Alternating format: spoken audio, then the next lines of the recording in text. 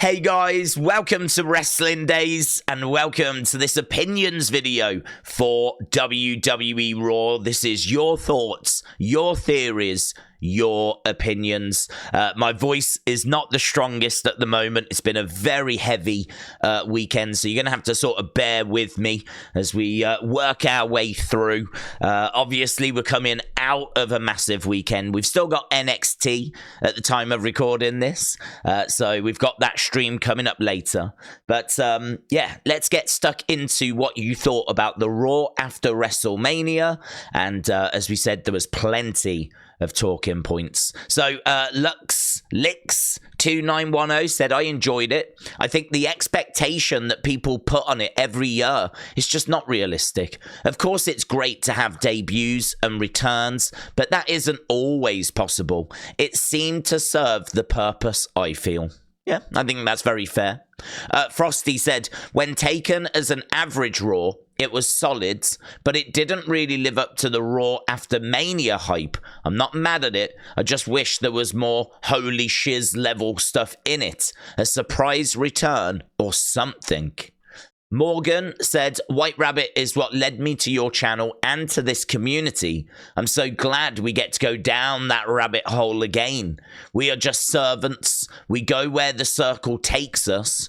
The show could have been a dud, and I'd still be marking out. So for Morgan, White Rabbit or Nightbird, whatever it'll be known as, that was more than enough. And I think really this show kind of had that feel to it. I mean, we did get surprises in the shape of Ilya Dragunov competing and Roxanne Perez competing and The Rock opening up the show or helping to open up the show, you know. So there was, and John Cena, of course, coming out and helping R-Truth. CM Punk popping up at the end of the show. So there were surprises that were dotted throughout. It was, I suppose, how impressed were you with those surprises? How bothered are you about the Nightbird, White Rabbit stuff that they're now launching again? Like for me, and I think for a lot in this community, that's a big deal. That's a big, big deal because really enjoyed White Rabbit. So it's obviously going to be quite exciting to, as Morgan says there, go back down that rabbit hole once again. Right, Will said, as someone who was there live, it was awesome. There was no major surprises, but I would still give it an 8.5. Will, shout out to you. I hope you had a brilliant time. Came across really well on TV. I thought the crowd came across really well also. You know, the chants to The Rock, they were really fun. You know, shut the F up, you're an a-hole, this is awkward. The this is awkward chant was amazing. That was brilliant. That's the kind of energy you want from a Raw after WrestleMania crowd. They were also chanting, we want beach balls at one point. So I thought the crowd played their part. The crowd were ready. Whatever they were going to be served, they were ready for it, you know? Right, okay, Duquette said awesome. Manny said solid 8 out of 10. Punk costing Drew at the end definitely felt like what was missing to complete the show. Cameron said, when Rock said, don't break my heart against Cody, I think he means when he first made the deal with Cody to step aside so that he could fight Roman for the title.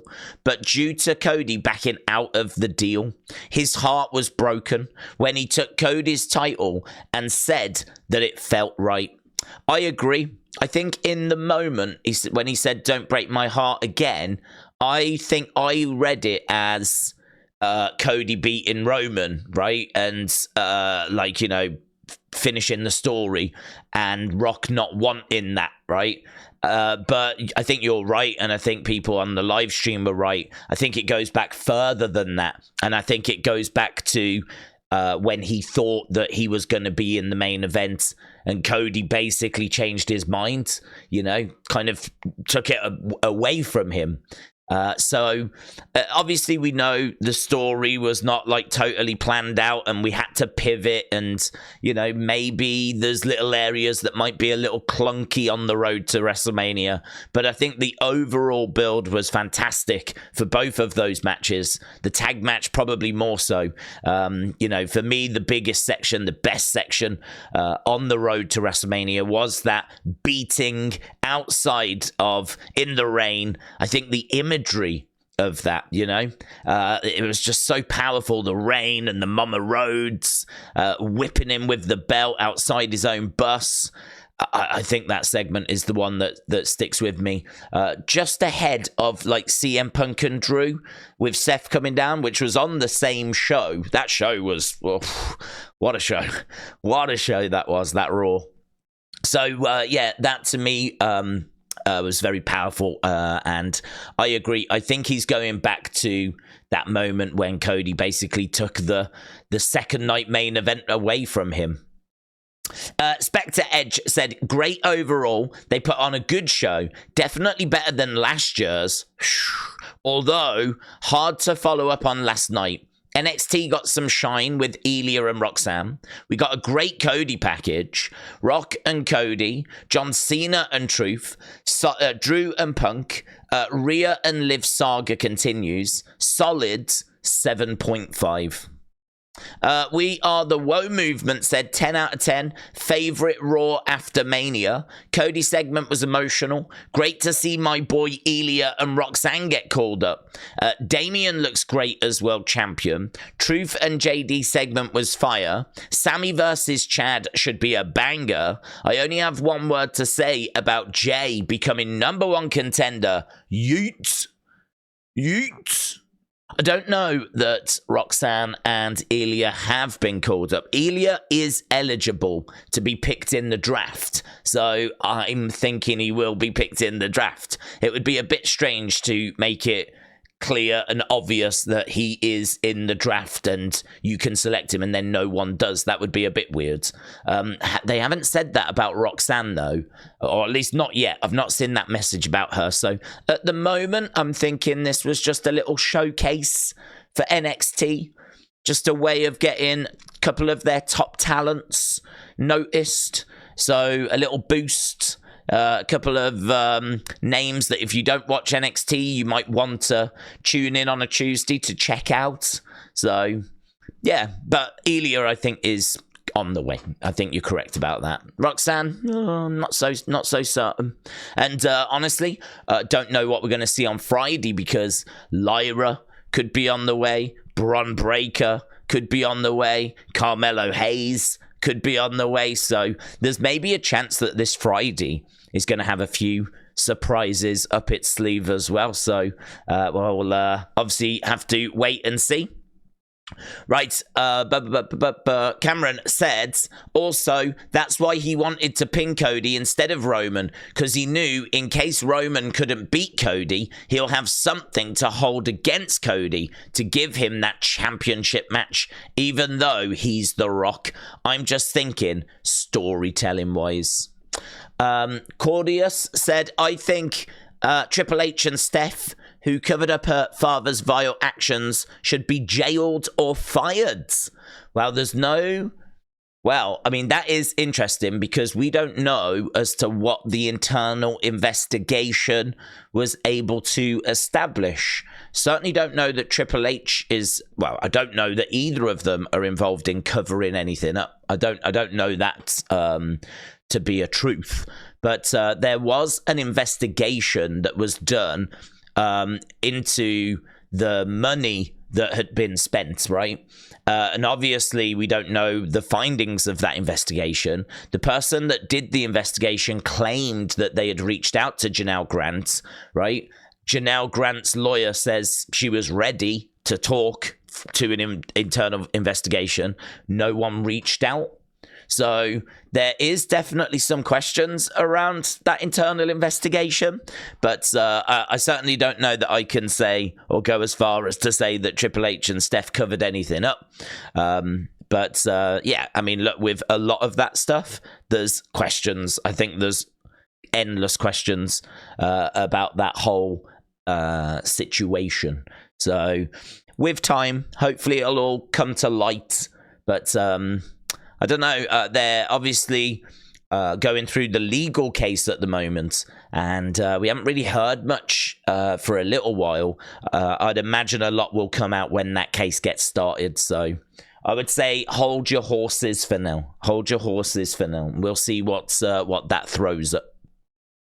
Right, Wrestle with Andy, shout out to you, buds. Yeah, this image, this was in, I don't know how this got into this actually, unless Andy put it in here, but this is, you can see the Wrestling Daze face in the crowd, which again, I have to stress, I did not ask him to do, right? And not only that, a lot of you will know that he took an even bigger head, right? And he lost that. So a giant Wrestling Daze head is currently anywhere, somewhere in Philadelphia, right? So this was the smaller backup version. He made a backup and he managed to get it onto TV. So Wrestle with Andy, shout out to you. The community was having a lot of fun with that in the live streams. And yeah, I just hope you had a fantastic time. So just shows you the fun, doesn't it? I mean, look at the energy, the people standing up, cheering, getting involved. You can get a real snapshot of what that crowd was like on the Raw after WrestleMania. So shout out to you, Wrestle with Andy. T-Mac said, big long-term cryptic storytelling with Rock and Cody. Great NXT showing of up-and-comers. R-Truth is the best. Definitely got some signs of Uncle Howdy, possibly Alexa Bliss, with him for a return in the cryptic clues. An excellent start to the new era. Sean said, what I see was good. Joe said, storytelling at its finest. Nosferatu with a little gif of The Undertaker come in like... This is from Royal Rumble 94, when The Undertaker was put in the casket, and then he kind of comes back alive. So, I don't know, could that mean that WWE is coming back alive? I'm going to read it that way. I'm going to read it in a positive way. So, Nosferatu, shout out to you. Eric said, I thought it was good. I just wish they could have asked Cody what The Rock had given him. Well, there's a couple of thoughts on that. The two leading thoughts, there's three leading thoughts that I've seen. One is that it's a piece of the Ula Fala. I don't know why it would be that, but a piece of the Ula Fala, just basically to say, you know, you've brought down the tribal chief. You did it. You beat him, right? So here, this belongs to you now. Don't break my heart again, though, right? I will see you soon, but don't cross me. You might be able to get past him, but don't try me. So there's that theory. There's the theory of the matches or lighter, which I really like. So you might have heard that Cody's bus caught fire on Saturday night, but we saw the bus on Sunday and it looked fine. Now, it might not have been a big fire. It might have just been a little thing. And so the damage might be inside and, you know, you can't really see anything from the outside. But when we heard about a bus fire, I don't know about you, but I thought like it'd been pretty dramatic. But we saw his, unless it was a different bus, but it had all the stuff on the sides. I mean, I can't imagine there's loads of those. So the bus fire is a bit strange because we saw the bus. We saw Byron standing outside the bus on the second day and it looked fine. So I'm wondering if that was a bit of a lie, a bit of a storytelling thing that the bus had caught fire. And then it turns out that The Rock was the one that tried to burn it down. He tried to burn the possessions of Cody. He didn't, you know, he made sure that Brandy and the kids and Cody weren't inside. He's not a murderer, right? But he is an arsonist, and he will try and burn the bus down, like to burn like Cody's possessions down. So I really like that, right? Because if he is giving him a lighter or matches, Cody will probably click straight away. Oh my God, it was him, right? Oh, and we know that he'll go quite far. I mean, we saw him beating Cody in the rain, so we know that this is a guy that's a bit unhinged, yeah? So I really like that. the other theory is the watch. So the other one is that, you know, that Cody got given that watch. It was the same kind of watch that Dusty Rhodes had pawned to get Cody to go to acting school. Well, he got given that watch, like the same watch, by Bruce Pritchard, Triple H, and Nick Khan. What if The Rock found the actual watch and then gave that over to Cody Rhodes, so it was the actual watch that Dusty had? That would be quite touching. And also a bit like, this is how powerful I am. I can get the actual watch. I can afford it. I can buy it. I can track it down. I can do some stuff, you know. So here's this thing that means a lot to you. It doesn't mean anything to me, but don't you dare break my heart again. So I like the watch one. I think the lighter in the matches is my favorite, but those are just a few thoughts. There was another thought, people saying it was The Rock's watch. I don't know why The Rock would give his watch over unless Cody bought it for him. If Cody had gifted The Rock a watch, then The Rock like handed that back, right? I don't want this now. That would make sense, but I don't know that he did gift The Rock a watch. So yeah, it's we'll find out one day. Of course we will. We will find out one day. But those are the best theories that I've seen so far. Melanie said it was awesome to see John Cena. He was fantastic. Ethan said it was goated. Returns, surprises, debuts. Exactly what Raw after WrestleMania should be. Welcome to the Paul Levesque era. Yes. Dean said, love Raw matches. They were good. Hope Cody brings back the Winged Eagle belt. The best belt design. Looking forward to Cody versus the final boss. Love the Mad Dragon on Raw and Roxanne. Nice to see R-Truth tag in with his boyhood hero Cena. Better than last year's Raw after Mania. All I'd say about that is it would have been great if we had a bit more of a moment between R-Truth and Cena. Cena came down and like they all, like, you know, just had their arms in the air. But it would have been great if, like, R-Truth had been like, oh my God, it's Cena. Do you know what I mean? Like, if he had turned up his fandom, you know, he was freaking out, like, pointing at him, like, do you know what I mean? Like, really excited. I felt like he talks about Cena all the time, talks about Cena being his boyhood hero. And then we finally get them, and it's very rare that we get Cena and R-Truth in the ring at the same time, and we didn't really do anything with it. That would be my only criticism of that. It'd be my only criticism, you know? Imagine if R-Truth went in his back pocket and he had a little autograph book, and he was like, can I get an autograph? Or something like that. Can I get a picture? And he like gives his phone over to the Miz, and he's like, like, I feel like it was a missed opportunity. Let's put it that way, right? Right, okay, so Brandon said Jade Cargill versus Beth Phoenix. Martel said, good, I give it 7.5. We won't get Rock Cody until next year. Moana 2 comes out in November, and there's another movie that The Rock is also working on that will come out in November, and The Rock's UFL deal with its first season, which starts March 30th. Watson said, so much to be excited for after this episode. Number one being Elia. Can't wait to see what he does. Triple H has made it cool to be a wrestling fan. Maybe we are at the peak of WWE. Really looking forward to the next yearly cycle. Theodore said, R-Truth finally meeting his boyhood hero John Cena was a dream come true, and the tribute video to Cody was absolutely beautiful. Can't wait for the match between The Rock and Cody.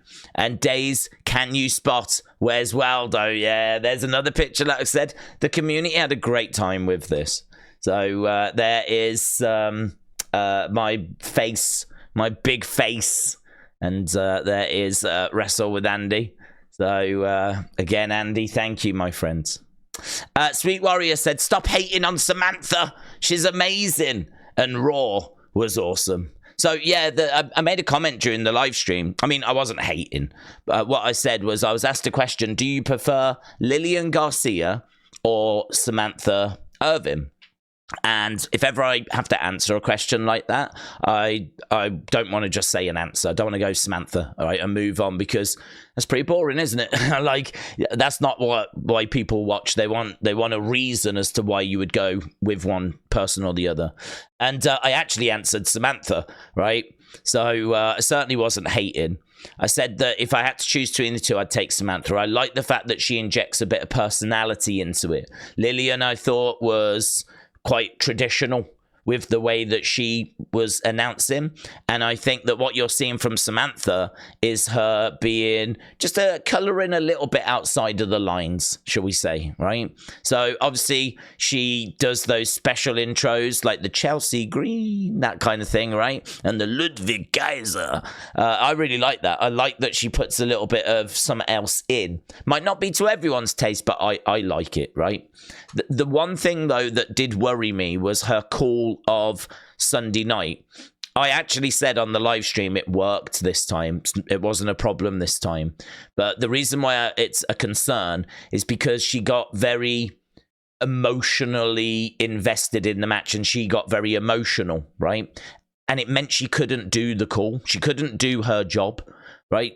The way she has to, like, the first part of the call kind of it's off, and she has to like stand up. I don't know if you've seen the footage, but she sat down and she starts it, and her voice is kind of weak and cracking, and she's been crying basically. She got so invested in what she saw, and she was crying that, like, when she tries to do the call, she struggles to do the call, and then she like has to stand up and really try and force it out, as like she's got tears coming down her face. Now, people have looked at that and gone, it's amazing. She was emotionally invested. She's just like us. She's one of the fans and all that kind of stuff. And the point I made is it works this time because it is such a big moment. It is a massive moment. It is the finishing of a story.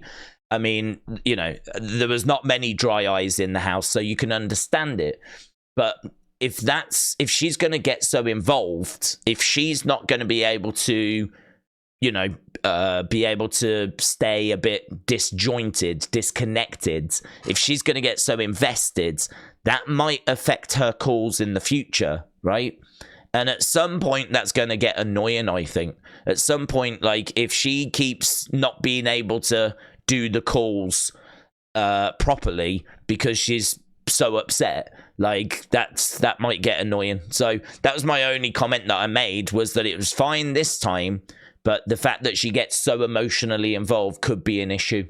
We saw lots of emotional moments throughout the history of WWE, and it's not usual to see the ring announcers struggling to do the call because they're upset. And as I said, you're seeing someone at the moment that's kind of colouring outside of the lines. So for me, it was fine this time, but just something that if I was working there, I'd have a word with her about. I would say, try not to get so emotionally invested. I know it's hard, but you got to remember you're not a fan anymore. Like, we pay you now. We don't pay the fans. They pay us, but we pay you. And I need you to be able to do your job. I need you to be able to do the call. So it might sound harsh, but I stand by it. I still stand by everything that I said. But it wasn't hate. I was just clearly making the observation. And Sweet Warrior, had you not have mentioned it, we wouldn't even have this conversation again, would we? So it would have been done and moved on from. And now it's all been dug up again. So there we go. Right, Pro Wrestling News said, I love the Raw after WrestleMania. I will rate it 9 out of 10. I was expecting the new championship would be introduced by Cody on Raw, but it didn't happen. The Rock made another surprise appearance on Raw and hints towards his match against Cody at SummerSlam. I love to see John Cena's surprise match teaming up with R-Truth and The Miz. NXT champions Ilya Dragunov and Roxanne Perez got a chance to show their talent on the main roster. Love to see those Ilya chants on Raw during Ilya versus Nakamura match. CM Punk cost Drew again on Raw, so their rivalry will start. how many matches will happen between these two? Who will win in Punk versus Drew matches? So, okay, Punk versus Drew matches. I mean, I'm guessing SummerSlam is going to be where we do that match. I don't think it would be Scotland because Drew's going to get cheers in Scotland. I don't think they're going to want to position CM Punk as the heel there. So I don't think we'll do it there. Plus, that match is big. I mean, Drew versus Punk is big. So I feel like SummerSlam could be the place where we do that. How many matches between them? How long's a piece of string? I mean, it could be that you just do the one and then we move on to something else, one and done. It could be that it's a bit of a feud. It could be that we do a match at SummerSlam and then, like, you know, they feud until we get our way to Survivor Series. I mean, it could be it's a big program, that. It's a big program. I mean, we really could have Drew and CM Punk eat up like a good 3-4 months of the year. I mean, we could get to Survivor Series. You know, it could be that we do some at Survivor Series and we pay it off there, which would be November. I mean, that would be a long feud. That would be a long feud. But then if you think about it, Bianca and Damage Control was a long feud. That was a long feud. So I think that, you know, if you look at Bianca Damage Control and you look at like how that played out, you could do something similar with Drew, CM Punk. It doesn't necessarily have to be that long, or it could be a case that we just do a few matches, keep it shorter, and then like we just move on to something else. It's impossible to know, isn't it? It's impossible to know. But I think I would have it be at least a couple of matches. I think that there's so much to explore here. You know, look at all the stuff Drew's been doing on social media. I think there's so much to explore that I think that doing just one match and then moving on to something else, I feel like you'd be leaving money on the table if we did that. So I would try and get a few matches out of it. Prakash, shout out to you, my friend. This is Raw lacked surprises or returns. Ilya Roxanne was a surprise, but I don't think that NXT to main roster should not be a surprise anymore. Also, can we take a moment and actually acknowledge Roman for the work that he put in the past 3 to 4 years? I've seen a lot of people doing that, actually. I've seen a lot of people acknowledging and paying respect to Roman. Even Cody. And we had a thank you Roman chant on Raw, didn't we? Which was very unexpected. Logan said, great Raw. My rating will be 10 out of 10. I'm excited for Sheamus to return to WWE. I was shocked by Ilya Dragunov, Roxanne Perez debuts on Raw. I'm excited for Drew McIntyre, CM Punk, Rhea Ripley, Liv Morgan feuds. Hopefully there's Intercontinental United States Women's Championship, do you think? Yeah, I'd like to see those mid-card belts come in. I think that those titles are needed. I think we've spoke on the live streams about how there is the depth there now. There's the depth for mid-card, women's mid-card belts. I would love to see it. I think Naomi is a name that comes to mind. Liv Morgan is a name that comes to mind. Zoe Stark would be a name that comes to mind. Maybe even Candice LeRae. You know, she's a veteran. Natalia, if you want to talk about veterans, I mean, if we're going to introduce some belts, we should probably give Natalia a little run with them. So there's plenty of names, good, credible names that can get their hands on those, whilst they're waiting for the top titles to be kind of freed up, because it's a bit cluttered. You know, there's a lot of like Damage Control around Bayley at the moment. Rhea Ripley maybe not as cluttered, but we know that Liv is clearly next for her. And hopefully Raquel Rodriguez at some point, if her health can obviously improve.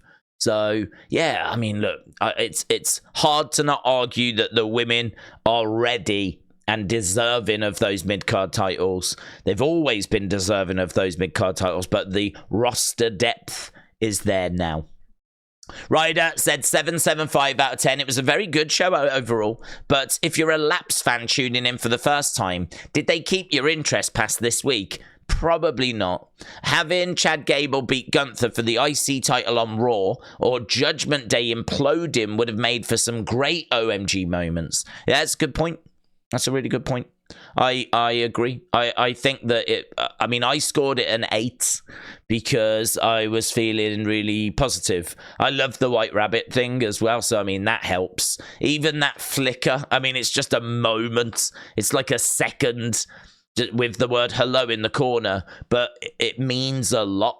It means that this White Rabbit campaign is going to be starting back up, and we really enjoyed the last one. So, that was a big deal to me as well. So I was pretty much where Ryder was. I was an 8. Ryder was a 7.75. Was there anything here that was going to keep your interest past this week? The only thing I would say is there was a lot of talk about a new era, and they really hammered that home. There was clearly a tease to Cody Rock, but we don't know when. And they spoke about the draft coming as well, about how everything's going to change again with the draft by the end of the month.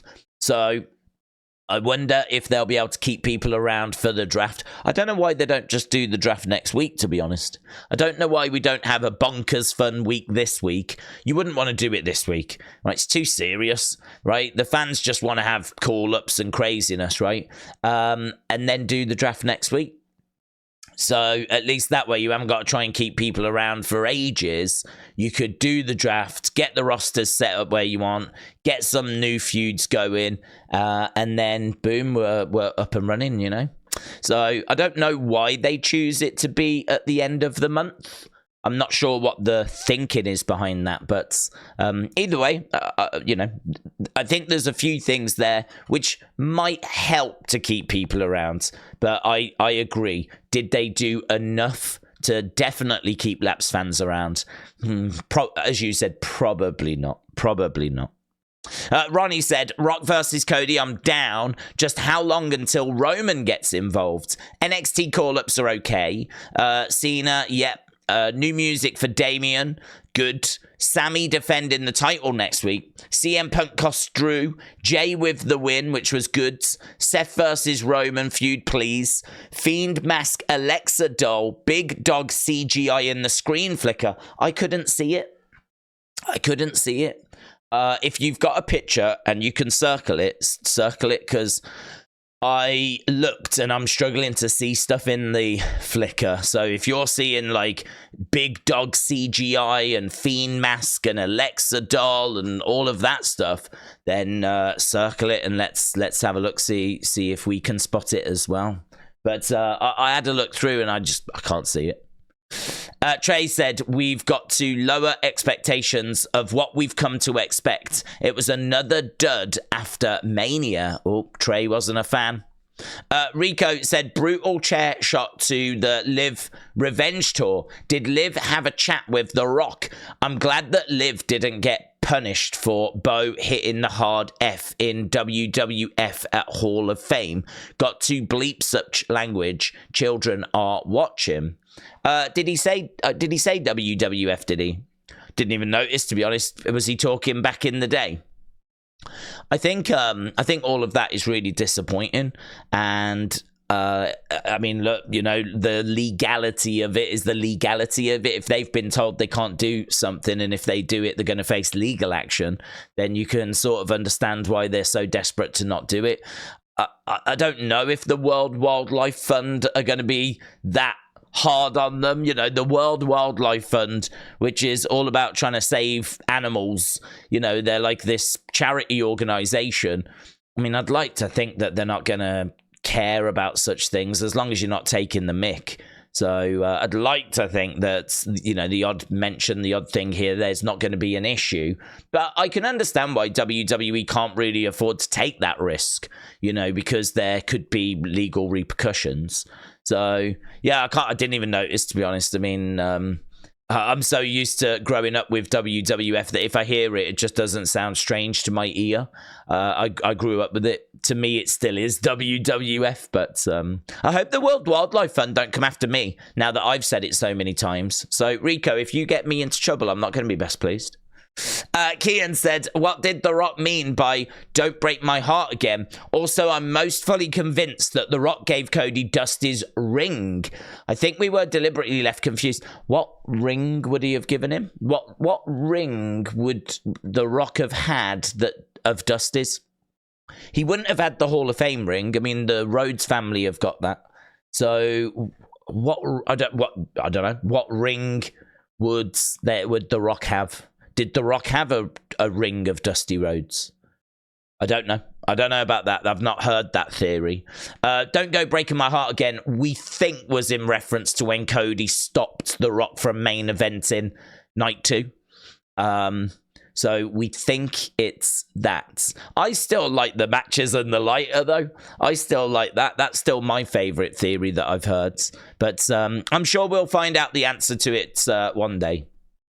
Esmeralda said, all I can say as an opinion is, I cannot wait what will happen between Drew versus CM Punk, plus Drew trying to get back the championship bout from Damian, getting to be annoyed at other Judgment Day members. What will be the new story for Cody after winning the belts? Well, we feel like The Rock is coming. Don't know when that's coming, but we feel like that's on the way, is the feud with The Rock. I would also say that we're probably going to do the drafts. That's going to shake everything up. And so it's impossible. I mean, it literally could be anyone, because he could be on Raw. He could be on SmackDown. It's one of those where we're going to have to really wait for the drafts. I mean, you can pull a few names out, but there's no guarantee you're going to be right.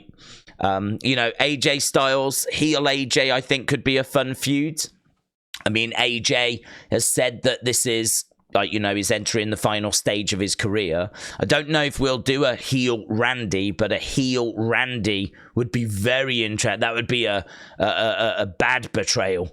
And there'd be a lot of emotion in that, and we could dig up all the legacy stuff. But I don't know if Randy's in the shape to be able to do that. Gunther, you would think, is coming at some point. So Gunther, and as we said, we know about The Rock as well. Maybe something with Seth again as a bit of a thank you for the help in finishing the story. Seth was there for Cody. He said, I'll be your shield, and we know that he was. So maybe there's a favor that's going to get called in there. So there's a few options on the table. But again, we're gonna have to wait and see for what the draft kind of kicks up. Male Tail Thong said, I thought Raw was good, but I am not sure about Jade Goldberg, or should I say Microwave Cargill. If she is not up to WWE standards, why have her on the main roster? Before we know it, we may have You Can't Wrestle chants whenever she performs. I hope not. 6 RKOs out of 10. I think she's on the main roster because we're trying to present her as a massive star that can absolutely dominate. So I actually thought her win over Chelsea was really good because she came out. It's all about the entrance. For me, this is what AEW haven't sorted, is that big feel of the entrances. The posing on the entranceway, making your way down, the posing on the edge of the ring, posing in the ring, all this posing and big entrances. AEW kind of scrap that and they just get to the match, right? They just get to the competition. But to be honest, that will get someone over, but you're going to have to be really special. You're going to have to be like a Will Ospreay for your match quality to be able to kind of get you over. Instead, with someone like Jade Cargill, she is getting over a different way. Clearly not her match quality, but just with her look and her presence of, here I am, I'm coming to mess up whoever you put in front of me. At the moment, you can believe in her as being the badass that WWE want her to be. So we've turned up the presentation. We're keeping the actual in-ring stuff limited. So she destroys Chelsea Green, which is another way of showing her dominance. And I think I could see her being in a tag team so that she only has to do so much. And hopefully, because she's only got to do so much and she's protected, then she doesn't get found out. I mean, hopefully she's improving and improving and improving. And so by the time we are ready to unleash her, she will be at the level required. I mean, I've no doubt she's at the PC putting in the work and that they're, you know, improving her all the time. We know what the PC can do. We know how good the PC is. And with Jade's determination, I mean, you don't get into the shape that Jade gets into without serious work ethic, commitment, willpower, you know. That's how you get a body like that. So I think she's got the tools to do it. She just needs the right training. We know the PC is that place.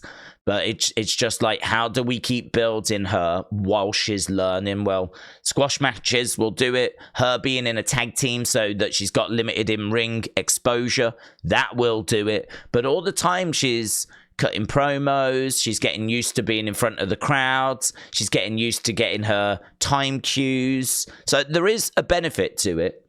But I agree. I mean, you could have just put her in NXT and done it there. But they're pushing her even harder. They really believe in this girl. Rather than her being in NXT and we're doing it there, they're putting her on Raw. They're putting her on SmackDown. They're putting her on WrestleMania. Like, they are pushing her as hard as they can push her. They clearly see a WrestleMania main eventer there, a Rumble winner, a world champion. So that's the path they've gone down. Let's see if it works or if we do get those you can't wrestle chants. It'll be interesting because it could go either way. You're not wrong. Joe says shiz, not a fan. Didn't enjoy it. As I said, other than the John Cena moment and the opening segment, this felt like a generic Raw, not a Raw after Mania. Harry said, how are you?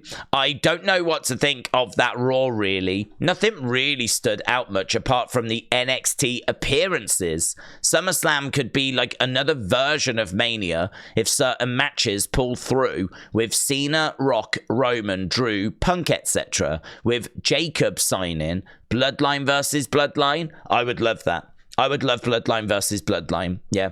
I think, though, we're gonna have to wait for that later. I don't see that being SummerSlam or anything like that. I think it's going to be much later in the year. Bloodline versus Bloodline around Survivor Series would be really cool, but I don't know if we can be ready for that.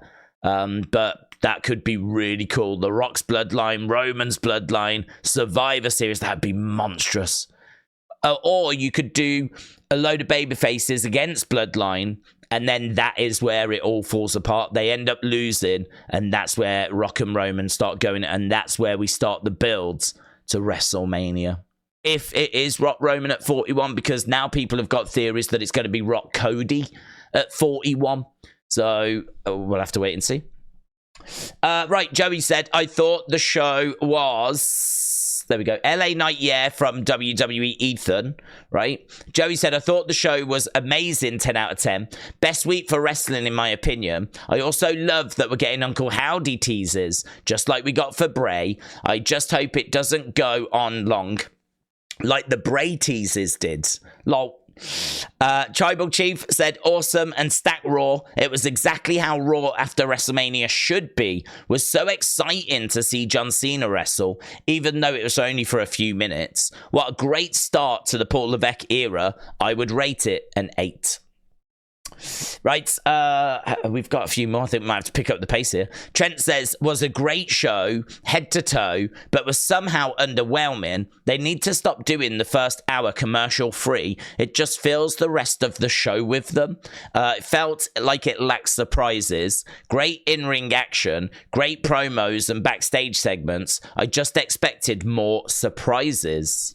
Nando said 8 out of 10, cool open, fun seeing Ilya and Roxanne. Cena truth build-up was a surprise. Great Drew promo, great main event with surprising Punk moments. I said Sammy never got chance to thank Chad, and now I can see Chad turning on Sammy in his hometown after next week's loss for major heat. Ryan said, Raw was solid tonight, or at least what I saw of it. I watched every second, but felt robbed with the commercial breaks. I really dislike picture-in-picture ones, especially. Netflix can't come quick enough. Brady said, if this is how the WWE product is going to be moving forward, then I'm excited. My favorite part of Raw was the GOAT John Cena showing up to help Awesome Truth win. I'm also invested in the Uncle Howdy mysteries. Nathan said Raw was good. I think what was good about it was John Cena, Miz, Truth, and the main event, which made it good, 8 to 8.5. Austin said Cody is a fraud babyface champion. He needed Cena, the heel, to win at WrestleMania. Brackets, I'm only messing. I don't get the hate for this Raw. There wasn't a major surprise, but beside the opening, the awful opening promo, everything else was good or fine. Truth and Chelsea are funny, and I love Drew's promo. Tap Boy Grimm said 100 times better than last year's Raw after Mania, though still a little underwhelming. Unfairly, though, I may be judging this episode on account of how great Mania was and how everyone always hypes up the Raw after Mania with debut rumors and such. I give it an 8. Chris said WWE is going all in to position Jade Cargill as the female version of The Rock without any of the substance, from my perspective, to justify it. And I'm over it. Squash matches don't do it for me. Do a full-length match and let's talk. I need more than aesthetics. Well, that's all you're going to get at the moment. I mean, if they did a long match, we can talk and it'll be, that wasn't very good. So what do? I mean, do you just not put her on TV at all? Or do you put her out there and show that she is so far ahead of a Chelsea Green?